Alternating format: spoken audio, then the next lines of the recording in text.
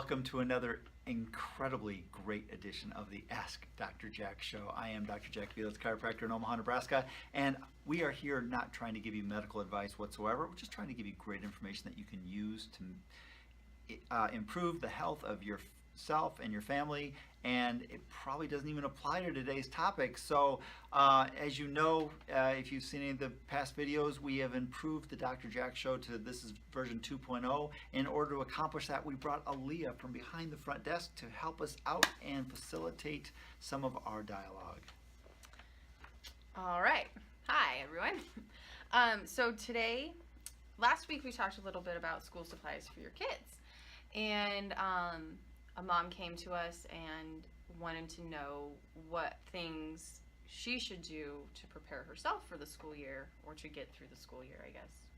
Yeah, to get through the school year, better yet. And what a great topic, because yeah, the moms have to do stuff just as much, and you know, part of it's going to be they're facilitating, helping your kids get better, Like goal setting. There you go. Yes. Goal setting is huge.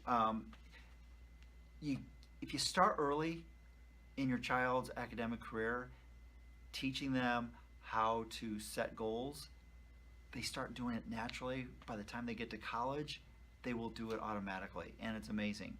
So, let your kid go to school a couple days, get their feet wet, get accustomed to figure out the new teachers, and then sit down with them if they have a syllabus, hopefully, sit down with the syllabus, but talk about each class individually.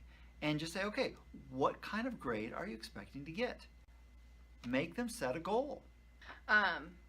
So then we also have for moms to design a study space for your kid.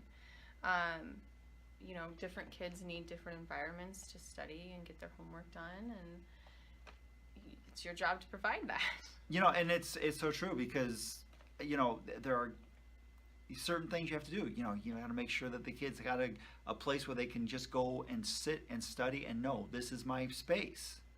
And it may not be the same. Yeah, with my kids it's different.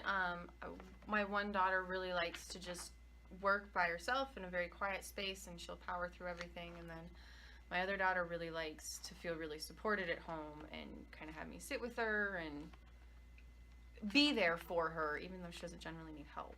It's kind of silly. Well, no, but here's the thing. So, one kid's going to need a desk in their own room, so they can be quiet, they can focus, and you just pop in every once in a while and make sure they are continuing to be focused and not sitting on the phone.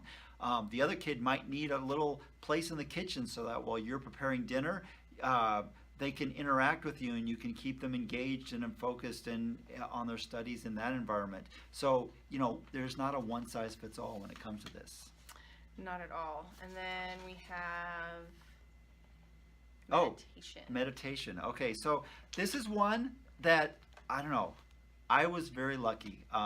When I was in 8th grade, I was taken to a meditation class. My uncle was teaching it, so I got to go. All right. You got in. But, oh my gosh, it affected my life, the rest of my life.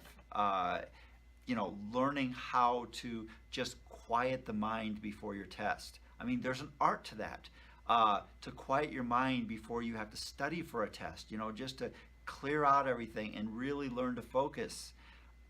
There are so many amazing, and most meditation classes teach you more than just getting into a meditative state. They train you to, manipulate things in your brain so that you can remember things better and everything like that. So there's a lot more to meditation than just the act of meditating, but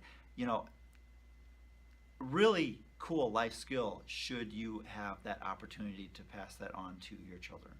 Yes, definitely. And then food is so important. We talked about this in the last one with what the food you're providing for your kids, but you also need to make sure that you're eating well too. You're busy and you're just as likely to hit that drive-through or the coffee shop breakfast. You need to be eating lots of green vegetables and healthy proteins, and avoid bread and gluten and grains. Yeah, those are huge. All they do is they dull your kids' brain. They dull your brains also. So go back to how our species started surviving. We didn't have grains. You know, back in the caveman days, we had meat, we had vegetables, we had fruit. And species survived and thrived. It did an amazing job. So, you know, going back to those basics is not a bad idea. A little trick when you go grocery shopping, stay on the outside edge of the grocery store. That's where you find your natural, unprocessed foods. Excellent. Yes. Very easy. Hey, if you could just be strong for that 15, 20, 30 minutes, however long it takes you to get in that grocery store, the rest of your week is going to be amazing. Yeah, because if you don't buy it, you can't eat it. That's right. All right, and then another really important one is, you know, keeping family close. Bring back family game night. Let your kids know that, you know, you're there to have fun too, not just to drive them around and boss them around. Quite frankly, with all of the activities kids have to get in these days, with sports, oh my gosh, with all of the select sports and everything like that, plus everybody's doing drama and cheerleading and show choir and dance and whatever. I mean, there are so many activities that we've a lot of times lost that whole idea of family. And if there is that time, I mean, how many of your kids are sitting on a screen, either an iPad or a phone or a computer screen or a TV screen? You know, keeping that family, like she said, game night. Yeah. Awesome. Dust off Monopoly. Yeah. You know, and, you know, just be there. Don't just say, oh, let's play video games together. You know, get something that you can all interact with together and, you know, get that camaraderie with each other. It's a pretty cool thing. Statistically, they say that the most successful and fulfilled adults are adults that grew up in a house that had close families and kids that did chores. Oh, there you go. So chores is not a bad thing. Yeah. Awesome. And you can do chores as a family. That's right. Oh, we did in our family. That's for sure. And then taking care of yourself, moms. Self-care is really...